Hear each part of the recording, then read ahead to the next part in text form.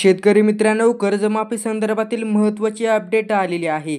महाराष्ट्रामध्ये विधानसभेची निवडणूक लागली असतानाच महायुती आणि महाविकास आघाडीकडून घोषणांचा पाऊस पडू लागला. महाराष्ट्रामध्ये कवी नाही अशी एकनाथ शिंदे आणि त्यांच्या सरकारने लाडकी बहीण योजना सुरू केली.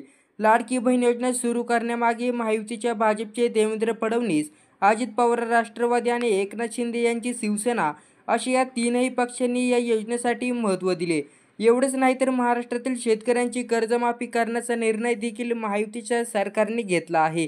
मात्र महायुती सगळ्या शेतकऱ्यांचे कर्ज माफ करणार नसून कोणत्या शेतकऱ्याचे कर्ज माफ करणार आहे हे आपण जाणून घेऊया. महाविकास आघाडी एमव्हीए आणि महायुती युतीने नुकत्याच झालेल्या संभाषणांमध्ये वादळ उठवले आहे. नागपुरातील संविधान सभेच्या कार्यक्रमाला उपस्थित राहिल्यानंतरनं काँग्रेस नेते राहुल गांधी यांनी मुंबईत महत्त्वपूर्ण मेळावा घेतला. बीकेसी येथे झालेल्या या रॅलीदरम्यान राहुल गांधींनी जोरदार घोषणा खैरत आणली. या कार्यक्रमात राष्ट्रवादी काँग्रेसचे नेते शरद पवार यांनीही जोरदार भाषण दिले. एमव्हीए सत्तेत आल्यावर ते कृषी क्षेत्रातील अनेक आव्हानांना समोर जातील आणि शेतकऱ्यांना कर्जाच्या ओझ्यातून मुक्त करण्यासाठी काम करतील, असे आश्वासन पवारांनी दिले. शरद पवार एकेकाळी या भारताचे कृषी मंत्री राहिले होते. कृषी मंत्री राहिल्यानंतर शरद पवार यांनी सगळ्यात मोठा निर्णय घेतला. तो फक्त महाराष्ट्रासाठी नव्हे तर संपूर्ण भारतासाठी होता. भारतातील लाखो करोडो शेतकऱ्यांचं कर्ज शरद पवार यांनी माफ केलं.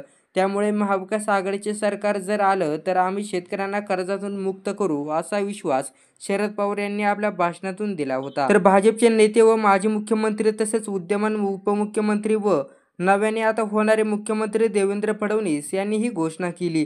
त्यामुळे आता शेतकऱ्यांचे कर्जमाफ होणार आहे. मात्र किती रुपयापर्यंत होणार आहे याचे स्पष्ट उल्लेख त्यांनी केला नाही.